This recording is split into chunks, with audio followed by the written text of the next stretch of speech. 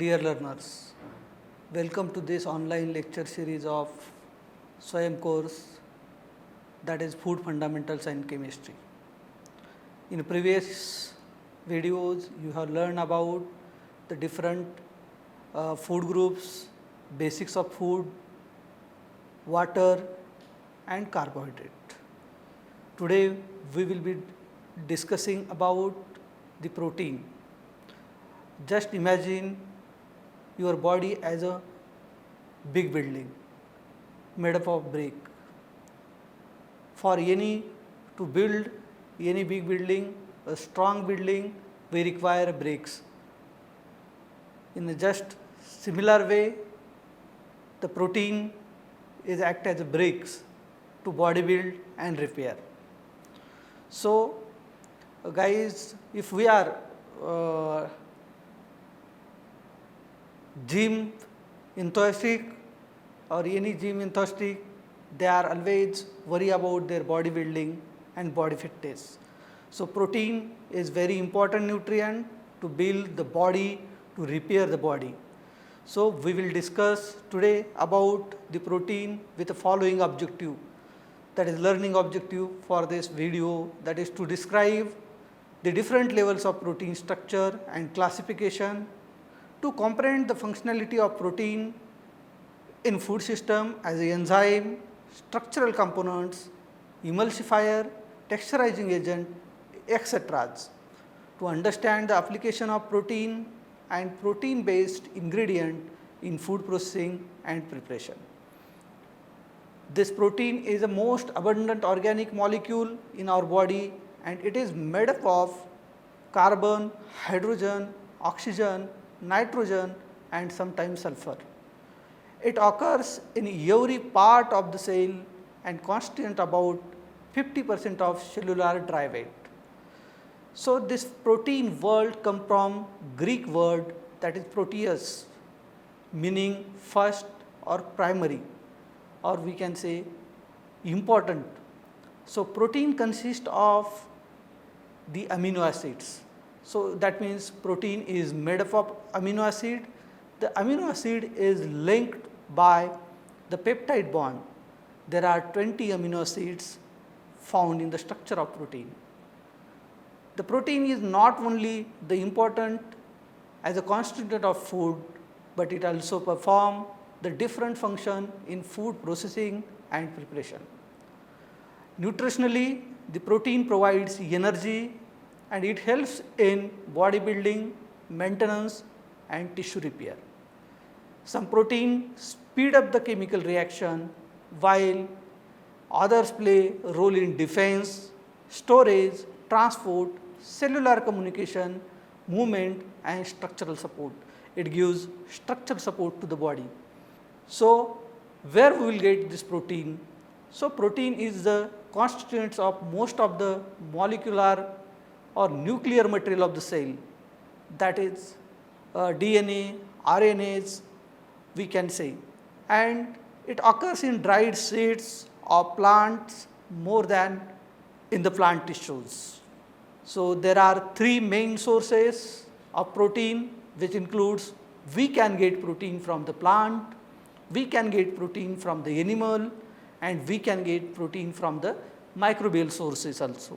So, let us see how much amount of protein present in the different food. So, if we will see some of the pulses, oil seeds and fresh vegetables and fresh fruits we can say. So, the higher amount of proteins are present in oil seeds and dal and pulses. This Bengal gram we can see almost 20% of the protein is there, black gram, green gram, lentils, dry beans, then we can say soya beans, groundnuts, sesame, cotton seeds, sunflower seeds, that are the good sources of protein. So, they have more amount of protein is there, that is almost about more than 20% of protein is there. But at the same time, when we will see the fresh fruits and vegetables, the fresh fruits having less amount of protein, we will see fresh bean, that is only 2% of protein is there. In carrot, only 1% of protein is there. In case of fresh peas, that is 6% of protein is there. So, this is the amount of protein we will get from dal and pulses.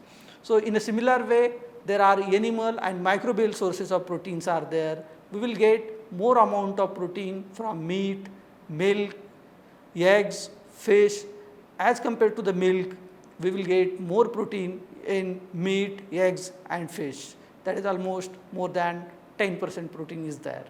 So, in case of meat, we will get 18 to 22% of the protein is there, that is good quality of protein is there.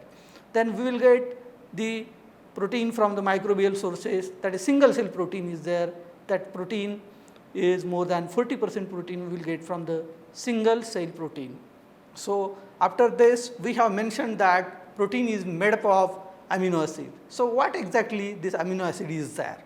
So, amino acid consists of each amino acid consists of the 4 components are there, that is one central carbon atom, then another one that is amino group, that is NH2 group is there, and then carboxyl group, that is COOH group, and another one that is R side chain, that is side chain R group is there.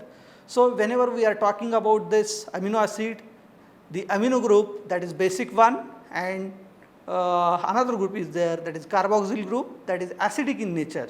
So, difference in side chain, whatever the side chain is there, R side chain, difference in that R side chain distinguish each amino acid, that is whatever the 20 amino acid found in the food or found in the protein, that are difference between that amino acid, that is based upon the side R chain is there. The amino acid is termed as alpha amino acid if both the carbon and both the carboxyl and amino group are attached to the same carbon atom, that time this we can say that is alpha amino acid. And amino acid mostly exist in ionized form in the biological system. If we will see that general structure and whatever the existence of that, whatever the amino acid is there, that is in ion form. We have already discussed about this amino acid is linked together with the help of peptide bond, and then after that there is formation of polypeptide chain is there, and we will get that polypeptide chain of amino acid means protein.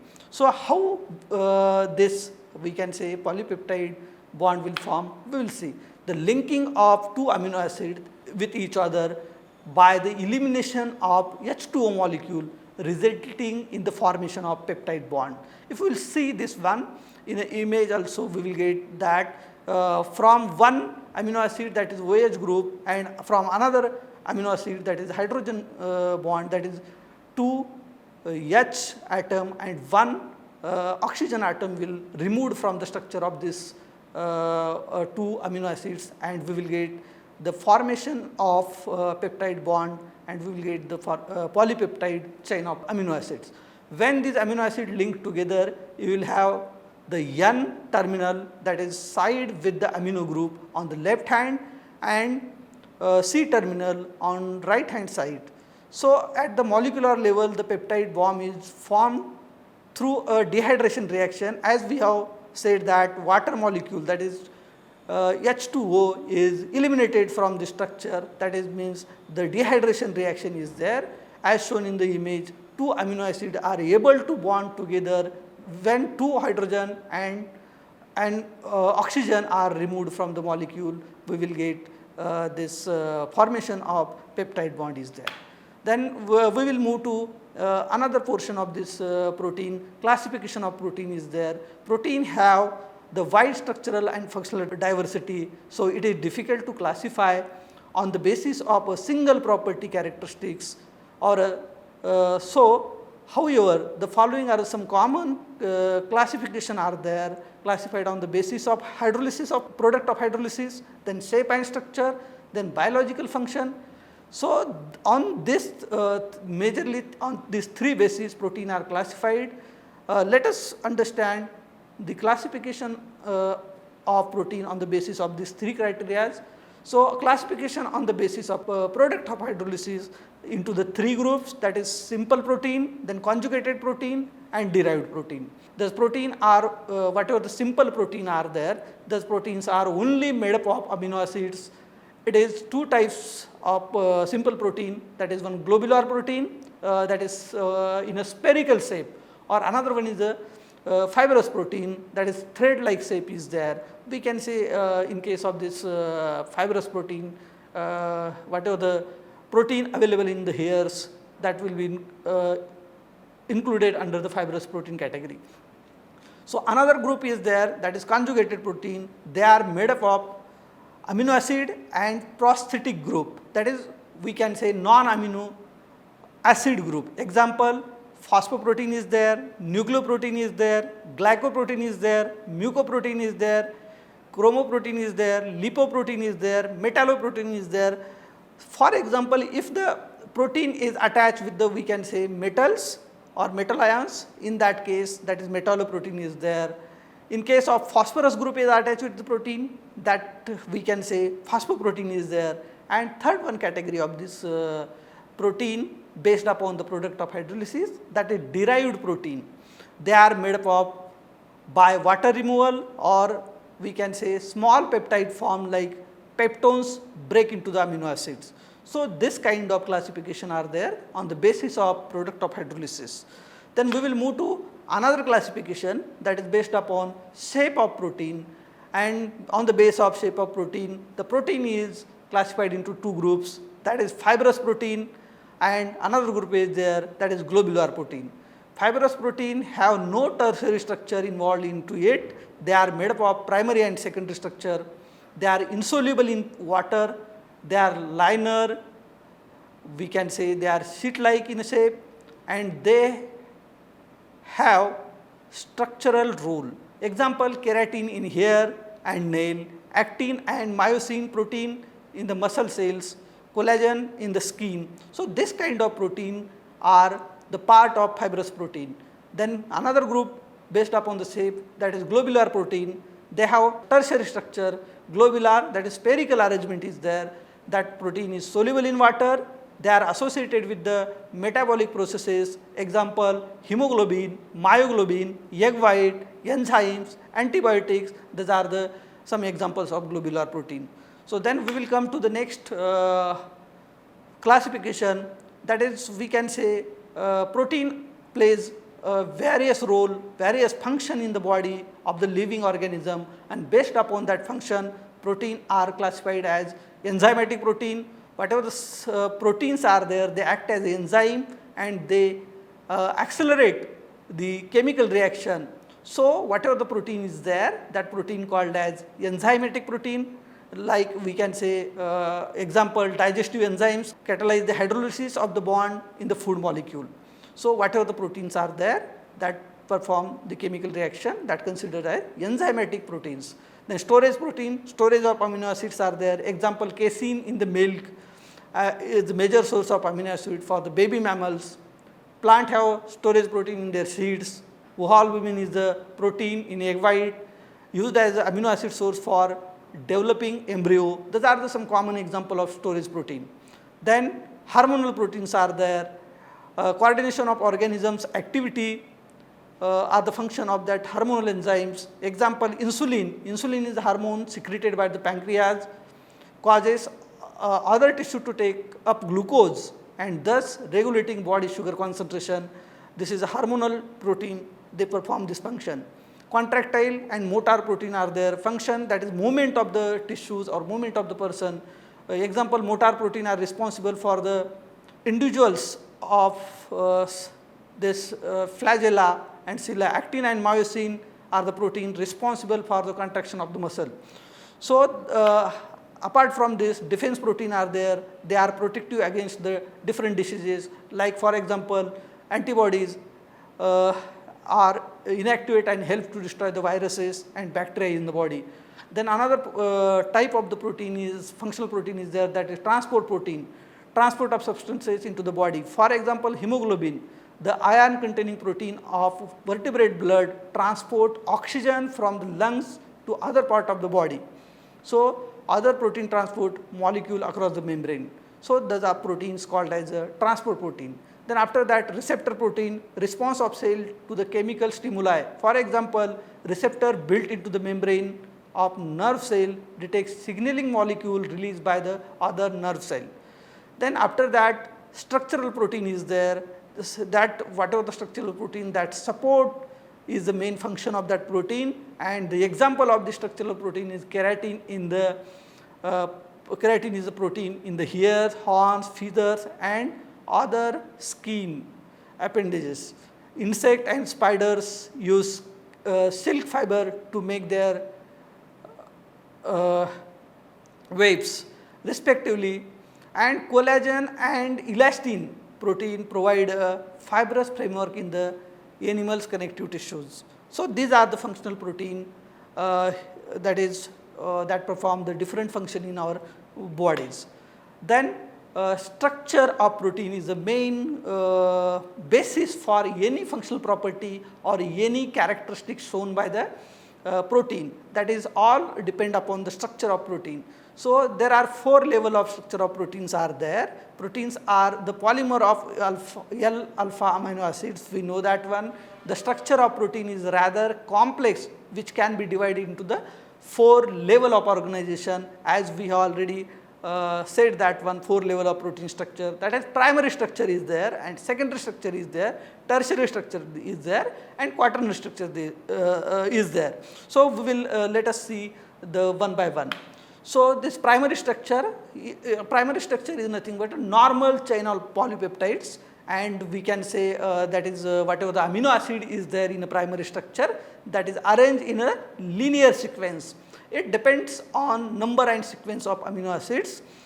The amino acids are connected or stabilized by the linkage that is known as, we can say, covalent bond, mainly includes peptide and occasionally disulfide bonds are there, and example of this primary structure, that is primary structure is seen in the insulin. So, this is one of the example in which the primary structure is there.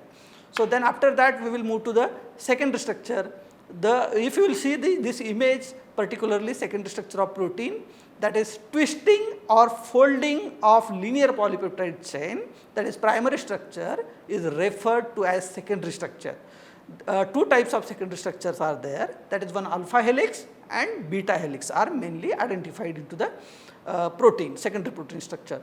If we will see the alpha helix structure was proposed by Pauling and Corey in 1951. It is a most common spiral structure of protein around the central axis, that is alpha helix is present. So, it has a rigid arrangement of polypeptide chain. So, the structure is stabilized by the hydrogen bond formed between hydrogen atom attached to the peptide N and O atom attached to the peptide C. So, this is the structure of we can say alpha helix structure is stabilized by this hydrogen bond, and after that all the peptide bond except first and last in polypeptide chain participate in hydrogen bonding during this structure. So, each turn of alpha helix contains almost 3.6 amino acid. Each of turn travel distance of 0.54 nanometer and the spacing of each amino acid is 0.15 nanometer. So, the structure is destabilized by whatever the structure is there, that is alpha helix structure, that is destabilized by proline and glycine. Presence of negative, that is acidic, and positive charges of amino acid, that is basic, which replay each other, and this also destabilize the alpha helix structure. The alpha helix structure is observed in myoglobin and hemomyoglobin. Hemomyoglobin structure and this myoglobin structure are the example of alpha helix structure. Let us see the another secondary structure, that is beta pleated structure or sheet structure is there. This is the second type of structure, that is after alpha, hence that is beta structure is there, proposed by the Pauling and Corey. Beta pleated sheets are composed of 2 or more segments of fully extended peptide chains. In the beta sheets, the hydrogen bond are formed between neighboring segment of the polypeptide chain. So, beta pleated extended in the zigzag manner. If you will see the image, we will get that one. So, whatever the this one, the polypeptide chain in a beta sheet may be parallel. Whatever the image B is there, you can check see that image, that is parallel in manner in the same direction, or anti-parallel with respect to N and C terminal. That anti-parallel we can see in the image C. So, beta pleated sheet may be formed either by the separate polypeptide chain, that is H bond are interchange, or a single polypeptide chain that is folding back on to itself. So, the H bond are intra-chain bonds are there. So, this is about the beta pleated sheet structure of the secondary structure of protein. Then we will move to tertiary and quaternary structure. The tertiary structure, it is formed by folding of secondary structure to a 3D orientation. So, it is stabilized by hydrophobic, H bond, electrostatic forces and van der Waals forces are there. They involve single polypeptide chain. So, this is about the tertiary structure, and when we will come to quaternary structure, this structure involves two or more than two polypeptide structure. Besides the hydrogen bond, disulfide bond, ionic interaction, electrostatic bond, hydrophobic bond interaction, van der Waals forces contribute to the tertiary structure of the protein, contribute to the quaternary structure of protein. Example, hemoglobin, aspartate, tricarboxylase, lactate dehydrogenase are the example of quaternary structure. Then we will see the physicochemical properties of protein. Physical properties includes solubility. Globular protein are more soluble in aqueous medium than the fibrous protein such as keratin. Solubility behavior of protein is influenced by different factors, that is nature of solvent, pH, temperature, etc. The protein forms dispersion rather than true solution due to the large molecular size. Amphoteric nature, protein has amphoteric nature, that is just because of the amino acid which contains both acidic and basic groups, they can donate a proton or accept a proton, hence amino acid are regarded as ampholytes. Then we will come to another important property, that is isoelectric pH. The isoelectric pH is the pH at which number of positive charges equal to the number of negative charges and overall charge on the amino acid is 0. At this point, when subjected to the electric field, protein do not move either towards the anode or cathode. Hence, this property is used to isolate the protein. Then precipitation is another property. Protein may be precipitated without getting denatured at the isoelectric pH in the presence of salt of heavy metals or in the presence of non-polar solvent like chloroform. In the process, the electrostatic attraction between the ions of protein get enhanced and thus facilitating their aggregation and precipitation is there. Optical activity is there. All protein solutions rotate the plane of polarized light on the left or to the right. All of the amino acid except glycine possess optical isomers due to the presence of asymmetrical carbon atoms. Then another property is there, denaturation of the protein. It is a phenomena of disrupting secondary structure, tertiary structure and quaternary structure of the protein. Denaturation involves change in physical, chemical, biological properties of protein. Denaturation may cause by physical, chemical reagents such as heat, acid, alkalis, organic solvents, salt, heavy metals and detergents. So, another we can move to the chemical properties of the protein, and chemical properties of protein is due to carboxyl group, amino acid group and R side chain. So, reactions of protein due to the COH groups, amino acid forms salt with the bases and ester with the alcohols. Then decarboxylation is there, amino acid undergo decarboxylation to produce the corresponding amines, and another property is their reaction with ammonia. The carboxyl group of dicarboxylic amino acids react with the NH3 to form amides. So, then after that reactions due to the NH2 group, the amino acid behave as a basis and combine with the acid. Example we can say HCl and it forms the salt. The reaction with ninhydrine, the alpha amino acid react with the ninhydrine to form purple, blue and pink color complex, that is we can say ruminants purple complex is there. Then transamination is there, another property, chemical property, that is transfer of amino group from amino acid to keto acid to form a new amino acid. That is very important reaction in the amino acid metabolism. Then another one, oxidative deamination is there, that is amino acid undergo oxidative deamination to liberate free ammonia. This is one of the important chemical reaction is there. Then color reactions are there. We are discussing here only two representative color reactions, that is one biuret test is there. We will use this biuret test for the qualitative and quantitative determination of the protein concentration. So, when the peptides or protein treated with alkaline copper sulfate solution which produce a characteristic purple color, the color deepens, whatever the color is there, that deepens as the number of peptide bond increase into the protein, and protein produces a deep blue violet color due to the probable formation of coordination complex is there. All protein and peptide except dipeptides respond to the this reaction. Then xanthoprotic test is there. On boiling with the concentrated HNO3, yellow color develops due to the presence of benzene ring. So, this reaction is due to the nitration of phenyl ring, presence of tryptophan, PHE and TRP, this whatever the specific amino acid is there, to yield yellow substitution product which turns orange upon addition of alkali.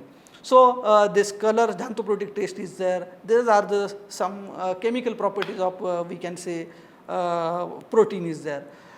Then we will move to the functional properties of protein. You are aware that functional properties of food constituents refers to their attributes that make them useful for the food besides their nutritionally important.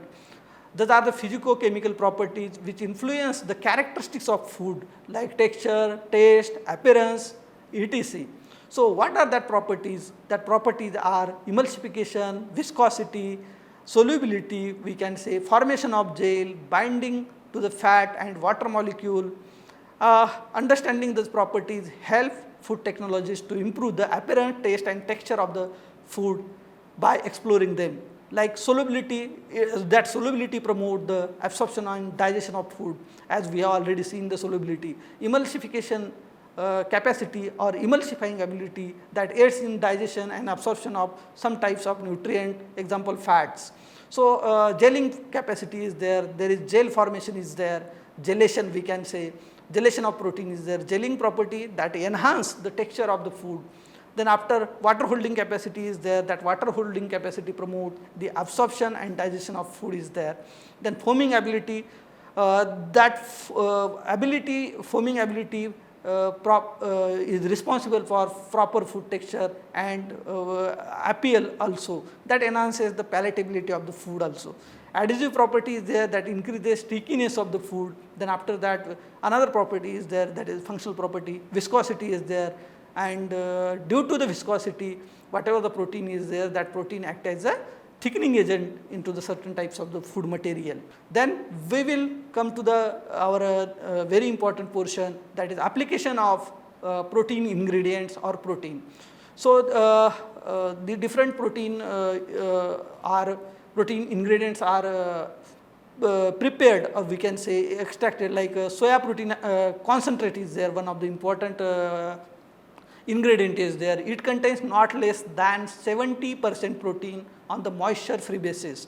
The most important application of the soya protein concentrate in food industry, that is primarily in a commuted meat, poultry and fish products like patties, sausages and fish sticks, etc. The soya protein isolate increases the water and fat retention in this product. Beside this, the soya protein concentrate are also used as the stabilized dispersion in the milk, beverages and simulated dairy products like sour cream analogs. Then another protein ingredient, that is soya protein isolate is there. Soya protein isolate contains at least 90% of protein on the moisture free basis. The major food application of this soya protein isolate are in the meat products like the meat replacer, in seafoods like fish sausages, and in cereal, bakery and dairy products. Whey protein concentrate, that is WPC, The whey protein concentrate finds extensive application in baked foods and contributes toward the product browning, crust and flavor development. Concentrate with high viscosity are used in ice cream, processed cheese and fresh dairy applications. Then after that, protein hydrolysates. The protein hydrolysates are used in soup, sausages and are more important for the peoples who cannot digest solid foods. So those are some important application of protein ingredients. Then we will move to conclusion part. So this lecture covered the basic concept of protein, classification, structure and properties. Major physical properties such as color, taste, shape, size of protein, their colloidal nature, denaturation, solubility, optical activity are also discussed in this video lecture. Major chemical properties such as reactions involving COOH, NH2 group and selected color reactions of protein are also discussed in this video lecture.